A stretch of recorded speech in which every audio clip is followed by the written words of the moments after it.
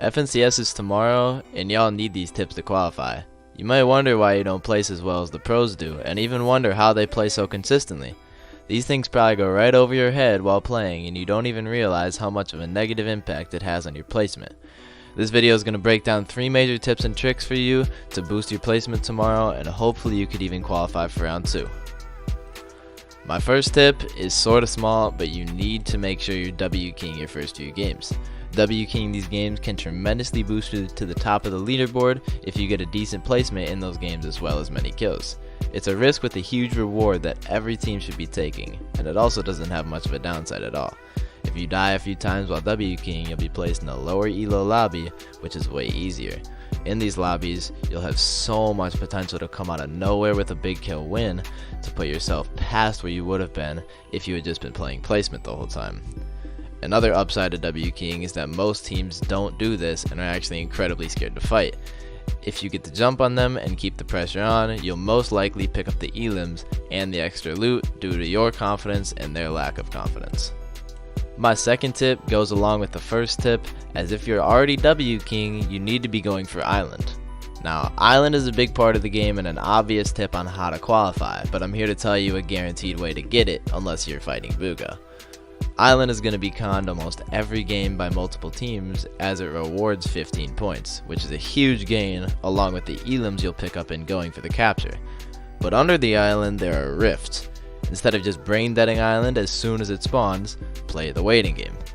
If Island is contested, go ahead and box upon a rift and wait till the fight goes on for a while. But make sure you're watching the map so you don't miss your chance though. The map shows when Island is conned and when it's being captured, so pay close attention so you don't miss it. But waiting to rift ensures that the teams fighting are going to be extremely shambles by the time you rift up. They'll likely only have half the mats and meds they started with.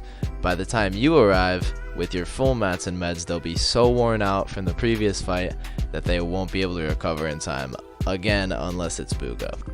My last tip is game management. Now, in a tournament, it's almost impossible to play 10 good games, and that is not due to skill level, but instead due to time. A quote-unquote good game takes roughly 20 to 25 minutes to play, and since tourneys are only 3 hours long, 10 20 to 25 minute games simply just isn't possible. Only 6 to 7 are realistically allowed by the tournament's timer screen.